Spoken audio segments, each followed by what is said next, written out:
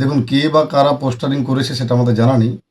তবে এটা তো বাস্তব, দীর্ঘদিন যাবৎ ঘাটাল যে লোকসভা এলাকা, সেই এলাকার মানুষ যাকে নির্বাচিত করেছেন সেই সাংসদকে তারা দেখতে পাচ্ছেন না। প্রবল বর্ষণে এই লোকসভারই সবং বিধানসভা বড় অংশই বন্যা কবলিত, এবং সেখানে আজকে আমাদের মাননীয় মুখ্যমন্ত্রী নিজে উপস্থিত ছিলেন বন্যার যে পরিস্থিতি সেটা খতিয়ে দেখার জন্য। সেখানেও কিন্তু সাংসদকে দেখা যায়নি। তাহলে যিনি এলাকার মানুষের ভোট নিয়ে নির্বাচিত হয়ে এমপি হলেন, তিনি না সংসদে যাচ্ছেন সেই এলাকার মানুষের কথা বলতে, না তিনি সেই এলাকার মানুষের কাছে আসছেন তাদের সমস্যা শুনতে। তা সেক্ষেত্রে মানুষের ক্ষোভ হতেই পারে, এবং সেই জন্যই পোস্টার।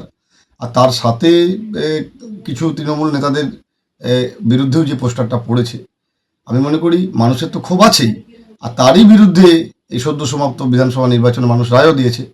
তাই মানুষের পক্ষ থেকেই এই ধরনের পোস্টারিং হয়েছে। তৃণমূলের বিরুদ্ধে মানুষের ক্ষোভ কতটা পরিমাণ এবং বর্তমান সাংসদের বিরুদ্ধেও মানুষের ক্ষোভ কতটা পরিমাণ, সেটা এই ধরনের পোস্টারে বোঝা যাচ্ছে। তবে আমি মনে করি সাংসদের উচিত, যেহেতু তার এখনও মেয়াদ আছেন, তিনি যেহেতু এলাকার মানুষের ভোটে নির্বাচিত, তাই এলাকার মানুষের সুখ দুঃখ খোঁজখবর রাখা তার প্রয়োজন। ঘাটাল বিধানসভাও কিন্তু বন্যার একটা সম্ভাবনার মুখে দাঁড়িয়ে আছে, সুতরাং তার দ্রুতই সাংসদ এলাকায় এসে মানুষের খোঁজখবর নেওয়া উচিত।